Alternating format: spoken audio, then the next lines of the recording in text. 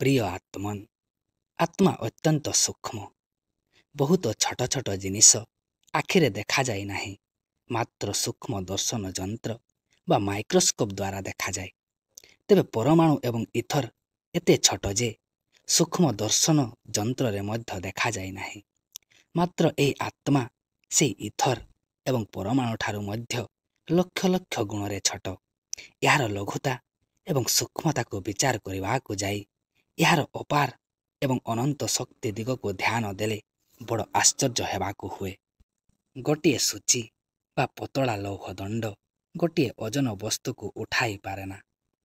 ଗୋଟିଏ ଛେଳି ଅଟକୁ ଉଠାଇ ପାରେ ନାହିଁ। ମାତ୍ର ଦେଖନ୍ତୁ ଆତ୍ମା କେତେ ଛୋଟ ଏବଂ ଏହାର ଆଗରେ ଗୋଟିଏ ଗୋଟିଏ ଛୋଟ କୀଟ ମଧ୍ୟ ହିମାଳୟ ସମାନ। ଅର୍ଥାତ୍ ଗୋଟିଏ ଆତ୍ମା ଥିବା ହେତୁ ଗୋଟିଏ କୀଟ ମଧ୍ୟ ହିମାଳୟ ଠାରୁ କେତେ ଗୁଣ ବଡ଼ ହୋଇଥାଏ। ଯେତେବେଳେ ଆତ୍ମା କୀଟର ଶରୀରକୁ ଆସିଯାଏ, ସେତେବେଳେ କୀଟର ସମସ୍ତ ଶରୀରକୁ ନେଇ ଏଠାରେ ସେଠାରେ ଦୌଡ଼ା ଦୌଡ଼ି କରେ। ଆତ୍ମାର ବର୍ତ୍ତମାନରେ କୀଟର ଶକ୍ତି ହିମାଳୟ ଠାରୁ ବଡ଼। ତ ଦୁଇ ଦୁଇ ମହଣର ଅର୍ଥାତ୍ 60-70 କେଜି ମନୁଷ୍ୟ ଏବଂ 40 ମହଣର ପ୍ରାୟ 30-35 କୁଇଣ୍ଟାଲର ହାତୀକୁ ଚଳାଇ ପାରୁଛି। ଏହା ଆପଣ ସ୍ୱୟଂ ବିଚାର କରନ୍ତୁ। ମହଣର ମନୁଷ୍ୟ ଏବଂ 40 ମହଣର ହାତୀର ଶରୀରକୁ ନେଇ ଏହି ସୂକ୍ଷ୍ମାଦି ସୂକ୍ଷ୍ମ ଆତ୍ମା ଏମିତି ଦୌଡ଼େ, କୁଦେ ଏବଂ ନାଚେ, ଯେମିତିକି ବୋଝ ତା ଆଗରେ କିଛି ନୁହେଁ। ଏହି ଆତ୍ମାର ଶକ୍ତି ମାତ୍ର 40 କୁଇଣ୍ଟାଲ ପର୍ଯ୍ୟନ୍ତ ଉଠାଇବା ପାଇଁ ସୀମିତ ନୁହେଁ। ଏହାର ବଳ ଅପାର, ଅନନ୍ତ ଏବଂ ଅସୀମ। ସମୁଦ୍ରର ତିମି ମାଛ ହାତୀଠାରୁ 100,000 ଗୁଣରେ ବଡ଼ ହୋଇଥାଏ। ଶୁଣାଯାଇଛି ଯେ ଗୋଟେ ଗୋଟେ ତିମି ମାଛ ଏତେ ବଡ଼ ହୋଇଥାନ୍ତି ଯେ ଜାହାଜର ଯାତ୍ରୀ ତାକୁ ଟିପୁ ବୋଲି ଭାବି ଓହ୍ଲାଇ ପଡ଼ନ୍ତି। ଏହି ତିମି ମାଛ ସାଧାରଣ ପାହାଡ଼ଠାରୁ କମ୍ ଓଜନ ହୋଇନଥାନ୍ତି। ଏହି ତିମି ମାଛର ଶରୀରକୁ ନେଇ ଆତ୍ମା ଯେବେ ଚାହେଁ ତ ଉଛୁଳି ଉଠେ, କୁଦେ ଏବଂ ଗୋଟେ ମୋଟର କାର୍ ଠାରୁ ଅଧିକ ବେଗରେ ଦୌଡ଼େ। ତେଣୁ ଏହା ଅନୁମେୟ ହୁଏ କି ଆତ୍ମା ଶକ୍ତିର କୌଣସି ସୀମା ନାହିଁ। ତିମି ମାଛ କାହିଁକି, ଯଦି ଆତ୍ମା ହିମାଳୟ ପର୍ବତ ମଧ୍ୟରେ ପ୍ରବେଶ କରେ ତ ସେ ହିମାଳୟ ପର୍ବତକୁ ନେଇ ଉଛୁଳିବ, କୁଦିବ, ଦୌଡ଼ିବ ଏବଂ ଉଡ଼ିବ ମଧ୍ୟ। ହିମାଳୟ ପର୍ବତ କାହିଁକି, ଯଦି ଏହି ଭୂଗୋଲକରେ ଗୋଟିଏ ଆତ୍ମା ବ୍ୟାପକ ହୋଇଯାଏ ତ ସାରା ପୃଥିବୀକୁ ସାଙ୍ଗରେ ଧରି ଦୌଡ଼ିବ। ଏହି ପୃଥିବୀକୁ ନେଇ ଖାଲି ନୁହେଁ, ଯଦି ଗୋଟିଏ ଆତ୍ମା ବା ଜୀବ ଏହି ଅଖିଳ ବିଶ୍ୱ ବ୍ରହ୍ମାଣ୍ଡରେ ବ୍ୟାପକ ହୋଇଯାଏ, ତେବେ ସେ ସାରା ବିଶ୍ୱ ବ୍ରହ୍ମାଣ୍ଡକୁ ନେଇ ଉଛୁଳିବ, ଦୌଡ଼ିବ, ଉଡ଼ିବ ଏବଂ ତାକୁ ନିଜର ନିୟନ୍ତ୍ରଣରେ ରଖିବ। ତେଣୁ ଏ ଆତ୍ମାର ବଳ ଅସୀମ, ଅନନ୍ତ ଏବଂ ଅପାର। ନିଜ ପାଖରେ ଏହି ସର୍ବଶକ୍ତିମାନ ଆତ୍ମା ରହିଲେ ବି ଯେ ଅନ୍ୟ କାହାରି ଖୋସାମଦ କରେ, ଅନ୍ୟ ଦେବୀ ଦେବତା ସାକାର ଏବଂ ନିରାକାର ଈଶ୍ୱରର ପ୍ରାର୍ଥନା କରେ, ଅନ୍ୟ କାହାରି ପୂଜା ବା ଗୋଲାମୀ କରେ, ସେ ନିଜର ଆତ୍ମାର ଅପମାନ ଏବଂ ହତ୍ୟା କରୁଥାଏ। ଏତେ ବଡ଼ ନିଜ ଆତ୍ମାକୁ କାହାରି ଗୋଲାମ କରିବାର ଅର୍ଥ ଆତ୍ମହତ୍ୟା କରିବା। ଖୁଦ୍, ଖଦି ଏବଂ ଖୁଦା ଏହି ତିନୋଟିର ମୂଳ ଗୋଟିଏ। ଖୁଦ୍, ଖଦି ଏବଂ ଖୁଦାରେ କୌଣସି ଭେଦ ନାହିଁ। ଆମ ନିଜର, ଆମରି ଖଦି ବା ନିଜ ଏବଂ ଆମର ନିଜକୁ ନିଜେ ହିଁ ଯାହାକୁ ଆତ୍ମା କହନ୍ତି, ସେ ସର୍ବଶକ୍ତିମାନ। ଯେମିତି ଆମେ ନିଜ ଇଚ୍ଛାରେ ବଜାର ଯାଉ ଏବଂ ଫେରିଆସୁ, ଠିକ୍ ସେହିଭଳି ଆମେ ନିଜର କର୍ମ ଦ୍ୱାରା ନିଜର ଇଚ୍ଛାରେ ପ୍ରେରଣାରେ ନିଜେ ଏହି ସଂସାରକୁ ଆସୁ। ଯାହା ନିଜ ଦ୍ୱାରା ହୁଏ ସେ ସ୍ୱୟଂଭୂ। ଖୁଦ୍ ଆସିବାରୁ ଖୁଦା ଏବଂ ବଡ଼ ହୋଇଥିବାରୁ ବ୍ରହ୍ମ। ଖୁଦା, ବ୍ରହ୍ମ ଏବଂ ସ୍ୱୟଂଭୂ ସବୁ ତାହାରି ନାମ। ଆମେ ନିଜକୁ ନିଜେ ନିଜର କର୍ମ ଏବଂ ଭାଗ୍ୟର ବିଧାତା ଅଟୁ। ଶରୀର ଯାହା କିଛି କରେ ଆତ୍ମାର ଇଚ୍ଛାରେ କରେ। ଗୋଟିଏ ତୃଣ, ଗୋଟିଏ ଆଙ୍ଗୁଳି ମଧ୍ୟ ଆତ୍ମାର ଇଚ୍ଛା ବିନା ହଲିବ ନାହିଁ। ଆତ୍ମା କେବଳ ଶରୀରକୁ ଚଲାଇବା ବାଲା, ଦୌଡ଼ିବା ବାଲା ଏବଂ କୁଦିବା ବାଲା ନୁହେଁ, ଶରୀରକୁ ତିଆରି କରିବା ଏବଂ ବିଗାଡ଼ିବା ବାଲା, ବଞ୍ଚାଇବା ଏବଂ ମାରିବା ବାଲା, ରଖିବା ଏବଂ ଛାଡ଼ିବା ବାଲା ସବୁ ଆତ୍ମା ହିଁ। ଯେତେ ପର୍ଯ୍ୟନ୍ତ ଆତ୍ମା ଅଛି ସେତେ ପର୍ଯ୍ୟନ୍ତ ଏ ଶରୀର ଜିଇଁଛି। ଯେତେବେଳେ ଆତ୍ମା ଚାଲିଯାଏ ସେତେବେଳେ ଏ ଶରୀର ବେକାର ହୋଇ ମୃତ ହୋଇଯାଏ।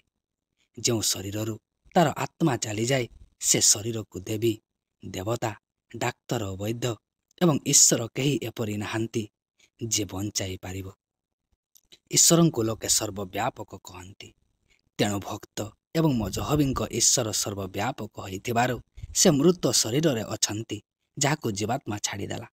ମାତ୍ର ଜୀବାତ୍ମା ଛାଡ଼ିଯିବାରୁ ମଜହବି ଈଶ୍ୱର ଥାଉ ଥାଉ ମଧ୍ୟ ଶରୀର ପଚି ସଢ଼ି ନଷ୍ଟ ହୋଇଯାଏ।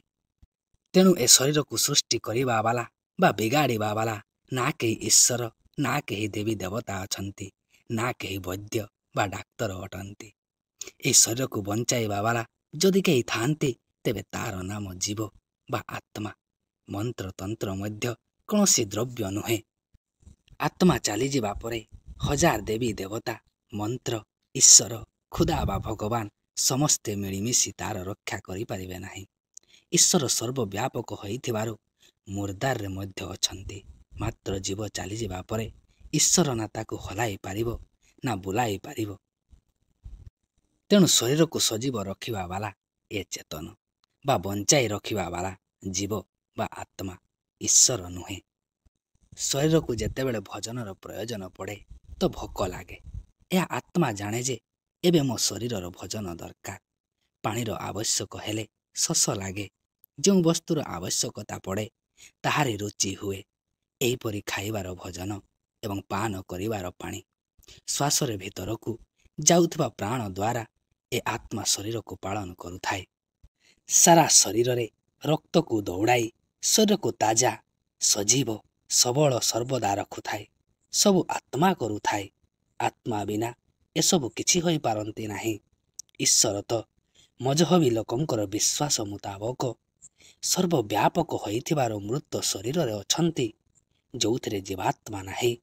ମାତ୍ର ଜୀବାତ୍ମା ନଥିବାରୁ ଏହି ମୃତ ଶରୀରର ରକ୍ଷା ସଂସାରର କୌଣସି ଶକ୍ତି କରିପାରିବେ ନାହିଁ। ତେଣୁ ଶରୀରକୁ ପାଳନ କରିବା ବାଲା ଏବଂ ରକ୍ଷା କରିବା ବାଲା ଏକମାତ୍ର ଶକ୍ତି, ଯାହାର ନାମ ଆତ୍ମଶକ୍ତି ବା ଆତ୍ମବଳ। ଶରୀର ଭିତରେ ଯେତେବେଳେ ଏମିତି ପଦାର୍ଥ ଏକତ୍ର ହୁଏ ଯାହା ଏ ଶରୀର ପାଇଁ ହାନିକାରକ, ଆତ୍ମା ଏହାକୁ ମଳ, ମୂତ୍ର, ବାନ୍ତି, କଫ, ପ୍ରଶ୍ୱାସ ଆଦି ରାସ୍ତା ଜରିଆରେ ବାହାର କରିଦିଏ। ମଳ ଏବଂ ମୂତ୍ରକୁ ଆତ୍ମା ନିଜ ଇଚ୍ଛାରେ ଅପାନ ବାୟୁ ପଠାଇ ଶରୀର ବାହାରକୁ କାଢ଼ିଦିଏ। ଶ୍ୱାସ ନଳୀକୁ କଫ ଆସିଗଲେ କାଶି କାଶି କାଢ଼ିଦେବା ବାଲା ଆତ୍ମା ହିଁ। ଶରୀରରେ କେଉଁଠି ଆଘାତ ଲାଗିଲା, କେଉଁଠି କଟି ବା ପଡ଼ିଯିବାର ବିକାର ଆସିଗଲେ ଆତ୍ମା ପାଖରେ ରହିଥିବା ଶରୀରର ଲକ୍ଷ ଲକ୍ଷ ରକ୍ଷକ ଅଣୁ, ରକ୍ତ ଅଣୁ ଉପରେ ପ୍ରକଟ ହୋଇ ସେଠାରେ ପହଞ୍ଚି ଯାଆନ୍ତି। ଯଦି ଏଥିରେ ବାହାରୁ କିଛି ବିକାର ବା ଜୀବାଣୁ ପ୍ରବେଶ ନ କରେ, ତେବେ ଶୀଘ୍ର କଟା ସ୍ଥାନ ଯୋଡ଼ି ଦିଏ ଏବଂ ଭାଙ୍ଗି ଯାଇଥିବା ହାଡ଼ ମଧ୍ୟ ଯୋଡ଼ି ଦିଏ। ଦେହରେ କୌଣସି ବଥର ଚମଡ଼ାକୁ ପତଳା କରି ଫଟାଇ ତାର ଦୂଷିତ ଅଂଶକୁ ଭଲ କରିଦିଏ। ଯେଉଁଠିକୁ ବିକାର ଆସେ ତ ଆତ୍ମା ଦ୍ୱାରା କାଢ଼ି ଦିଆଯାଏ। ଯେପର୍ଯ୍ୟନ୍ତ ଆମର ଅନ୍ତରାତ୍ମା ଏ ଶରୀରକୁ ରଖିବାକୁ ସତରେ ଇଚ୍ଛା ରଖୁଥାଏ, ସେ ପର୍ଯ୍ୟନ୍ତ କୌଣସି ବାହାର ଶକ୍ତି, କୌଣସି ରୋଗ ତାର କିଛି ବିଗାଡ଼ି ପାରେ ନାହିଁ। ଯେପରି ବହୁତ ଲୋକ ନିଜର ଭଙ୍ଗା ଦଧରା କୁଡ଼ିଆକୁ ନିଜେ ନିଜେ ନଷ୍ଟ କରିଦିଅନ୍ତି, ଅନ୍ୟକୁ ଉଜାଡ଼ି ନେବାକୁ ଦେଇଦିଅନ୍ତି, ନିଜର ଫଟା ପୁରୁଣା କପଡ଼ା ଏବଂ ଅନ୍ୟ ଜିନିଷକୁ ଫିଙ୍ଗି ଦିଅନ୍ତି ଏବଂ ବାଣ୍ଟି ଦିଅନ୍ତି, ସେହିଭଳି ଆତ୍ମା ଯେଉଁ ଶରୀରକୁ ଛାଡ଼ିବାକୁ ଚାହେଁ ତାହାର ଆଉ କୌଣସି ଚିନ୍ତା କରେ ନାହିଁ। ରୋଗାଦି ପ୍ରବେଶ କରନ୍ତି, ଶରୀରକୁ ନଷ୍ଟ କରିଦିଅନ୍ତି ଏବଂ ହିଂସ୍ର ଜୀବଜନ୍ତୁ ଆକ୍ରମଣରେ ନଷ୍ଟ ହୋଇଯାଏ। ଯେପର୍ଯ୍ୟନ୍ତ ଏ ଆତ୍ମା ଇଚ୍ଛା ଶକ୍ତି ଏବଂ ମନୋବଳ ଦ୍ୱାରା ବିଶ୍ୱାସ ସହିତ ନିର୍ଭୟ ହୋଇ ନିଜର ପୂର୍ଣ୍ଣ ଶକ୍ତି ସହ ଏ ଶରୀରକୁ ରକ୍ଷା କରୁଛି, ସେ ପର୍ଯ୍ୟନ୍ତ କଳ୍ପିତ ଯମରାଜ କାହିଁକି, ମଜହବି ଲୋକଙ୍କର କଳ୍ପିତ ଭଗବାନ ମଧ୍ୟ ଏହାର କିଛି ବିଗାଡ଼ି ପାରିବେ ନାହିଁ।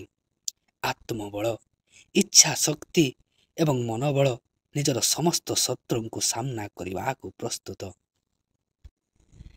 ଏବେ ପ୍ରଶ୍ନ ଉଠେ ଯେ ଯଦି ଆତ୍ମା ନିଜର ନିୟତ କରିଥିବା ଦିନରେ ବା ନିଜର ଇଚ୍ଛାରେ ଯାଏ ଆସେ ତ କାନ୍ଦେ କାହିଁକି? ଝିଅମାନେ ନିଜ ଶ୍ୱଶୁର ଘରକୁ ଜବରଦସ୍ତି ଯାଆନ୍ତି ନାହିଁ। ମାତ୍ର ଯିବା ସମୟରେ ଆଖି ଛଳ ଛଳ ହୋଇଯାଏ। ମନୁଷ୍ୟ ନିଜ ଇଚ୍ଛାରେ ବହୁ ଦୂରରେ ଚାକିରି କରିବାକୁ ଯାଏ, ଯିବା ସମୟରେ କାନ୍ଦି ପକାଏ। 3ଟା ବେଳେ ଉଠିବା ପାଇଁ ମଣିଷ ନିଜର ଘଡ଼ିକୁ ନିଜେ ଆଲାରାମ କଣ୍ଟାକୁ 3 ଉପରେ ଲଗାଇ ଦିଏ। ମାତ୍ର ଯେତେବେଳେ ଘଡ଼ି 3ଟା ବେଳେ ଛନ ଛନ କରି ଚିତ୍କାର କରେ, ସ୍ୱୟଂ ଦୁଃଖୀ ହୋଇ ଖଟରୁ ଉଠିବା ବେଳେ ଭିଡ଼ିମଡ଼ି ହୁଏ। ସ୍ୱୟଂ 3 ଦିନ ଛୁଟି ନେଇ ଘରକୁ ଯାଏ। 3 ଦିନ ବିତିଗଲେ ଅନୁତପ୍ତ ହୋଇ କହେ, ଆଉ 4 ଦିନ ଛୁଟି କାହିଁକି ନ ନେଲି? ନିଜର ଏଗ୍ରିମେଣ୍ଟ ଉପରେ 5 ଟଙ୍କା ଶତକଡ଼ା ସୁଧ ଲେଖିଦିଏ। ମାତ୍ର ଦେଲାବେଳେ ପଛାଏ।